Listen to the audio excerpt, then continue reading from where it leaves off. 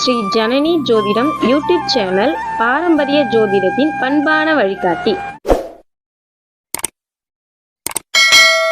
35வது கருத்தரங்குல நம்முடைய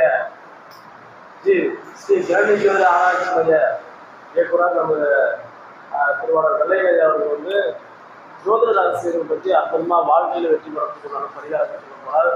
அற்புதமான ஒரு உரையாக இருக்கிறது. ஐயா அவர்களை கொண்டாடி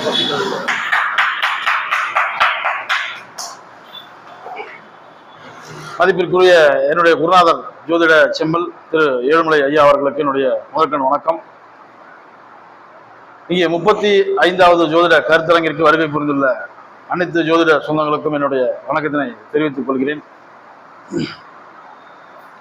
ஜோதிட சாஸ்திரத்துல ஒரு மனுஷன் வெற்றி பெறணும், வாழ்க்கையில முன்னேறணும், பொருளாதாரத்துல உயரணும், வழக்குகளில் வெற்றியாகணும் அப்படின்ற ஒரு எண்ணங்கள் அப்படின்றது எல்லோரிடத்திலும் இருக்கக்கூடிய ஒரு விஷயம்தான். இதுல நம்ம ஜோதிடத்துல அடிப்படை விஷயங்களை முதல்ல நம்ம தெளிவா தெரிஞ்சுட்டாலே போதும். ஏன்னா அடிப்படை தெரியாம நாம ஜோதிடத்துல இறங்கி நம்ம பலன் சொல்லும் போது என்னாங்கன்னா கண்டிப்பாக நமக்கு அந்த வெற்றி என்பது கிடைக்காம ஒரு முன்னேற்றம் என்பது கிடைக்காத ஒரு அது எட்டாத கனியாக அமைந்துவிடும். நம்ம ஜோதிடத்தில் ஜெயிக்கிறதுக்கு ஏகப்பட்ட விதிகள் இருக்கு. அதுல ஒரு விதி மட்டும் இப்போ உங்க கூட நான் வந்து பகிர்ந்துக்கிறேன். பொதுவா இப்போ ஜாதகர் இப்ப நாம என்ன சொல்லுவோம், எந்த ஜாதகமா இருந்தாலும் லக்னாதிபதி 6, 8, 12 அல்லது வக்ரம், நீசம், அஸ்தங்கம், கிரக யுத்தம் இப்படிலாம் இருக்கக்கூடாது. எந்த ஒரு ஜாதகமாக இருந்தாலும் எந்த லக்னமா இருந்தாலும் லக்னாதிபதி இந்த நிலைக்கு போகக்கூடாது. அப்படி போயிடுச்சுன்னா என்னங்க ஆகும்? வாழ்க்கை முழுவதும் போராட்டமாகவே இருக்கும். வாழ்க்கை முழுவதும் கடன் மற்றும் வம்பு வழக்கு மற்றும் மருத்துவ செலவு, இதுல ஏதாவது ஒண்ணு இவங்க கிட்ட இருந்துட்டே இருக்கும். லக்னாதிபதி 6க்கு போயிட்டாலும் அல்லது 6ஆம் அதிபதி பலம் பெற்றுட்டாலும் இந்த கடன் பகை நோயின்றது இவங்க கிட்ட வந்துருச்சு அப்படின்னா இவங்களை விட்டு அவ்வளவு சீக்கிரம் போகாது. அது லக்னாதிபதி 6ஆம் அதிபதியாகவும் இருக்கலாம். ஏன்னா ஒண்ணு கடன் சீக்கிரம் அடைக்க முடியாது, மீறி அடைச்சிட்டாங்க அப்படின்னா வம்பு வழக்க ஆரம்பிச்சிடும்.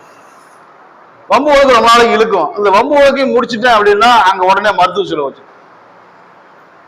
அப்போ தொடர்ச்சியாக ஒன்றன் பின் ஒன்றாக ஒன்ன நீங்க சரி பண்ணீங்க அப்படின்னா இன்னொன்னு ஆரம்பிச்சிடும்.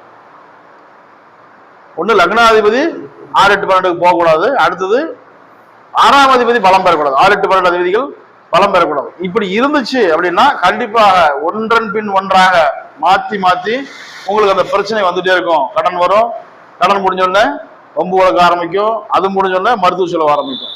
இப்படிதான் இந்த ஜாதக அமைப்பு, இந்த கிரகங்களுடைய அமைப்பு இப்படி இருந்தா இதனுடைய நிலைமை தான் வந்து அந்த ஜாதகருக்கு ஏற்படும். இதுல நம்ம எப்படிங்க ஜெயிக்கலாம்? இதையும் தாண்டி அப்படி ஆகி போயிடுச்சு, அந்த கிரகம் போயிட்டு லக்னாதிபதி 6, 8, 12 மறைஞ்சு போச்சு. சரி, என்ன பண்ணலாம்?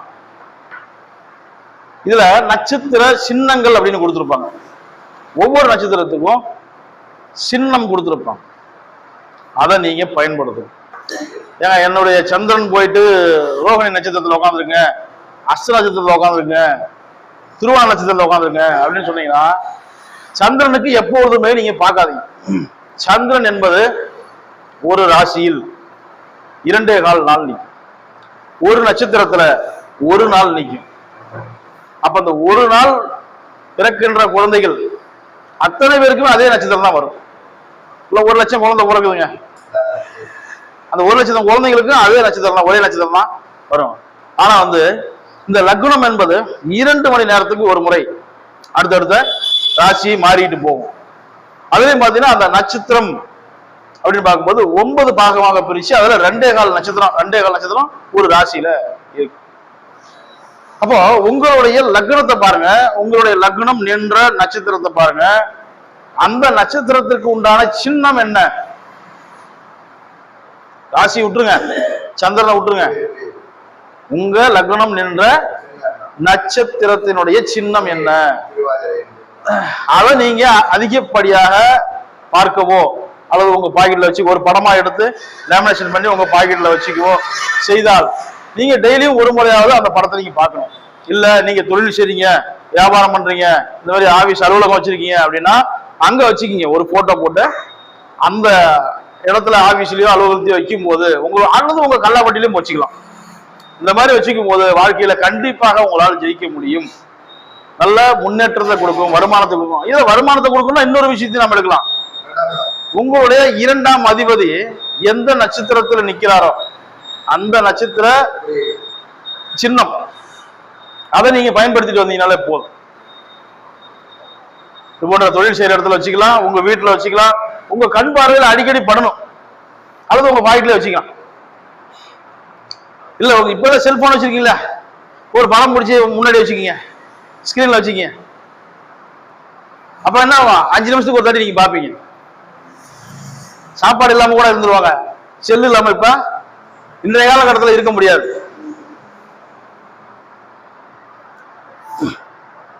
சரிங்க. இப்ப ஒவ்வொரு நட்சத்திரத்துக்கும் உண்டான சின்னம், என்னென்ன நட்சத்திரத்துக்கு என்னென்ன சின்னம் கொடுத்துருக்காங்க, இது உங்களுடைய லக்னத்துக்கு எந்த நட்சத்திரமா வருது, உங்களுடைய 2ஆம் அதிபதிக்கு எந்த நட்சத்திரமா வருது. இப்ப தொழில் சரியா அமையலிங்க, வேலை உத்தியோகம் சரியா அமையலிங்க, என்ன பண்ணலாம்? உங்களுடைய 10ஆம் அதிபதி எந்த நட்சத்திரத்துல இருக்காரு பாருங்க, அந்த நட்சத்திரத்தினுடைய சின்னம். எனக்கு வேலையே கிடைக்கலீங்க, இல்ல தொழில் சரியா அமையல, செஞ்சிருக்கிற தொழில் நஷ்டம் வருது, வேலை அமையணும், உத்தியோகம் அமையணும். அதே மாதிரி ஒவ்வொரு நம்ம கிரகத்துக்கும் ஒவ்வொரு பலனுக்கும் அந்த கிரகத்துக்கு உண்டான அந்த கிரகம் நின்ற நட்சத்திர சின்னத்தை நீங்க பயன்படுத்தும் போது கண்டிப்பா அதுக்கு உண்டான பலன் உங்களுக்கு துல்லியமாக 100% இருக்கு.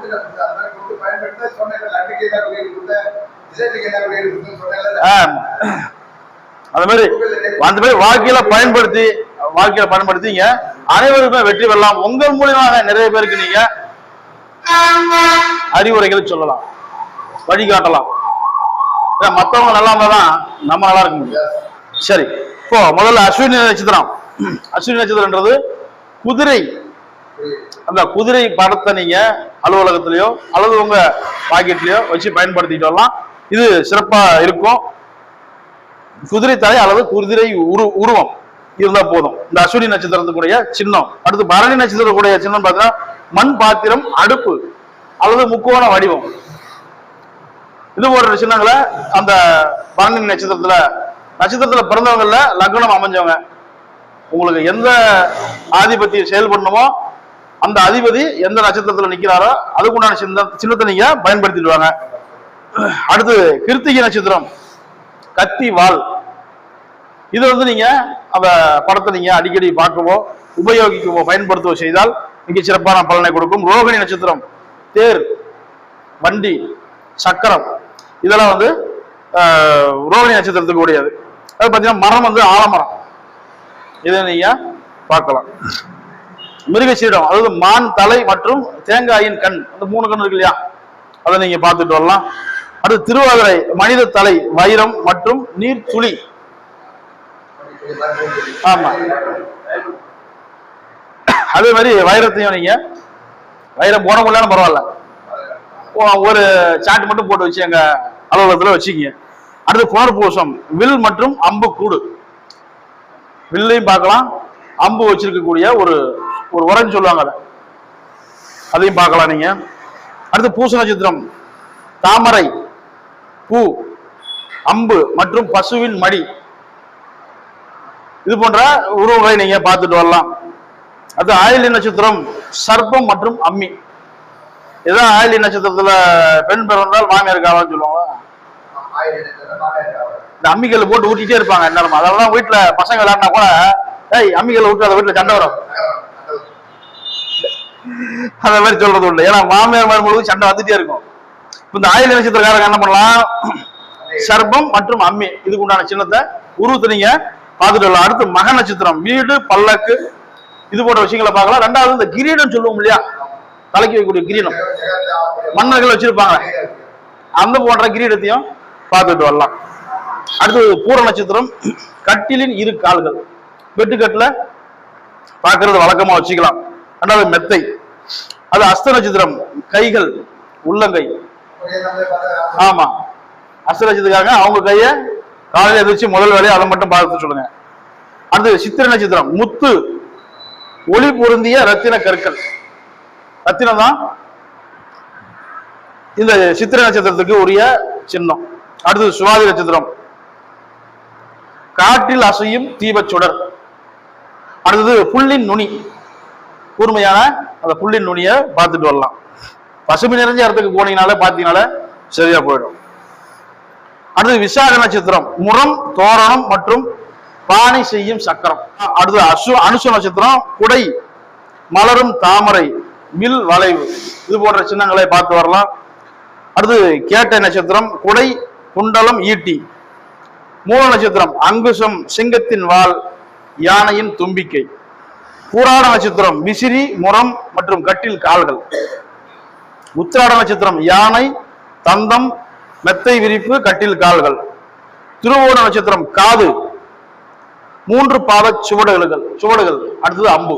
இது போன்ற சின்னங்களை பார்க்கும்போது அவர்களுக்கும் நல்ல முன்னேற்றத்தை கொடுக்கும். அவிட்ட நட்சத்திரம், மிருதங்கம் மற்றும் உடுக்கை, இது ரெண்டையுமே பார்த்துட்டு வரலாம். அடுத்து சதய நட்சத்திரம், பூங்கொத்து மற்றும் வட்ட வடிவம், இது போன்ற சின்னங்களை பார்க்கலாம். பூரட்டாதி, கட்டிலின் 2 கால்கள், வால், 2 மனித முகங்கள். அடுத்தது உத்திரட்டாதி, கட்டில் கால்கள் மற்றும் இரட்டையர்கள். அடுத்து ரேவதி நட்சத்திரம், மீன் மற்றும் மத்தளம். இப்போ எல்லா நட்சத்திரத்துக்கும் நம்ம சின்னத்தை சொல்லிட்டோம். இப்ப இதுல என்ன பண்ணலாம், ஐயா எனக்கு வருமானம் இல்லைங்க, கொடுத்த பணம் வரலைங்க, பணம் கொடுத்து சிக்கலா நிக்குதுங்க, அப்ப என்ன பண்ணலாம், உங்களுடைய 2ஆம் அதிபதி, வருமானத்தை கூடிய 2ஆம் அதிபதி எந்த நட்சத்திரத்தில் நிற்குதோ அந்த நட்சத்திரத்துக்கு உண்டான சின்னத்தை நீங்க பயன்படுத்தி வரும்போது உங்களுடைய கொடுத்த பணமோ அல்லது வருமானமோ தடைபட்டு நின்று இருந்தால் கண்டிப்பாக வருவதற்கு 100% வாய்ப்பு இருக்கு. லக்னத்துக்கு தான், ராசி விட்டுருங்க. உங்க ராசியில் 1000 பேர் இருப்பாங்க, 1,00,000 பேர் இருப்பாங்க, அதெல்லாம் பொருந்தாது. லக்னத்துக்கு 2ஆம் அதிபதி. சரிங்க, சொந்த வீடு கட்ட முடியல, 4ஆம் அதிபதி எந்த நட்சத்திரத்துக்கு பாருங்க, அதுக்கு உண்டான சின்னத்தை நீங்க உபயோகிச்சுட்டு வாங்க, பயன்படுத்திட்டு வாங்க, அடிக்கடி பார்த்துட்டு வாங்க. அது திருமணமே ஆகல, பொண்ணு அமையல, இல்ல புருஷன் மாட்டிக்குள்ள பிரச்சனை, பிரிவினை வந்துருச்சு, மறுபடியும் ஒன்னா சேரணும், திருமணம் கைகூடி வரணும், கணவன் மனைவி பிரிஞ்ச கணவன் மனைவிகள் ஒன்று சேரணும் அப்படின்னா உங்களுடைய 7ஆம் அதிபதி எந்த நட்சத்திரத்தில் நிற்கிது பாருங்க, அல்லது சுக்கிரன் எந்த நட்சத்திரத்தில் நிற்கிது பாருங்க. ஆண்களா இருந்தா சுக்கிரன், பெண்களா இருந்தா செவ்வாய். அந்த நட்சத்திரத்துக்கு உண்டான சின்னங்களை பார்த்து வரும்பொழுது கண்டிப்பாக அந்த திருமணம் கைகூடி வரும், பிரிந்த கணவன் மனைவி ஒன்று சேர்வார்கள். அடுத்தது பாத்தீங்கன்னா 10ஆம் இடம், தொழில் சரியா அமையல, வேலை உத்தியோகம் சரியா அமையல, அந்த 10ஆம் அதிபதி எந்த நட்சத்திரத்தில் நிற்கிறார் பாருங்க, அந்த நட்சத்திரத்துக்கு உண்டான சின்னம் இதை வச்சு நீங்க பயன்படுத்தி வரும்போது கண்டிப்பாக வேலை இல்லாதவங்களுக்கு வேலை அமையும். இல்ல புதுசா தொழில் ஆரம்பிக்கணும்னு சொன்னீங்க, தாராளமா ஆரம்பிக்கலாம். அதே போல எந்த வேலை செஞ்சாலும் எங்களுக்கு வருமானம் வருதுங்க, ஆனா எடுத்து வைக்க முடியலைங்க, சேமிப்பு இல்லைங்க. இது எத்தனை படங்க? 11. லாபம் தான் எடுத்து வைக்க முடியும். வருமானம் வருது, 2ஆம் படம் கொடுக்குது, ஆனா மீதி எடுத்து வச்சா அது லாபம். அப்ப அந்த லாபாதிபதி எங்க இருக்காரு, எந்த நட்சத்திரத்துல இருக்காரு, அவர் நின்ற நட்சத்திர சின்னத்தை நீங்க பயன்படுத்தும் பொழுது, நீங்க அடிக்கடி பார்த்துட்டு வரும்போது கண்டிப்பா உங்களுக்கு வருமானம் அதுக்கு மேல எடுத்து வைக்கக்கூடிய அளவுக்கு லாபத்தையும் கொடுக்கும். இந்த நட்சத்திர சின்னங்கள், இந்த நட்சத்திர சின்னங்கள் சாதாரண விஷயம் இல்லை, இது பெரிய அளவுக்கு யாரும் வெளியில கொண்டு வரல. அதை பயன்படுத்தி பார்க்கும் போதுதான் உங்களுக்கான மாற்றங்கள் கண்டிப்பா தெரியும். சரிங்க, இப்போ வரக்கூடிய ஜாதகம் பார்க்க வரக்கூடிய நபர்களுக்கு நீங்களும் இது போன்ற தெளிவான விஷயங்களை கொடுத்து அவர்களும் வாழ்க்கையில முன்னேறணும், அவர்கள் மூலமாக நீங்களும் முன்னேறணும் என்று சொல்லி விடைபெறுகிறேன். வாய்ப்பளித்தமைக்கு நன்றி.